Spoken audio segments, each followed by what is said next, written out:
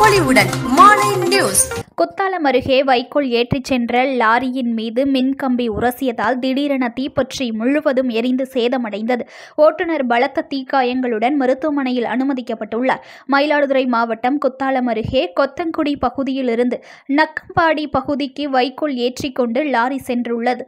அப்போது மாந்தை அருகே சாலையில் சென்றபோது எதிர்பாராத விதமாக மேலே உள்ள மின்கம்பி வைக்கோல் மீது உரசியதில் தீ விபத்து ஏற்பட்டது.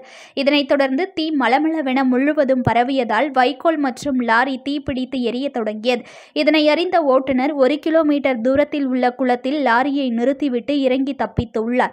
இதில் சேலம் மாவட்டம் ஆத்தூர் பகுதியைச் சேர்ந்த ஓட்டுநர் அங்கமுத்து தீக்காயம் ஏற்பட்ட நிலையில் ஆம்புலன்ஸ் மூலம் கும்பகோணம் அரசு மருத்துவமனையில் அனுமதிக்கப்பட்டுள்ளார்.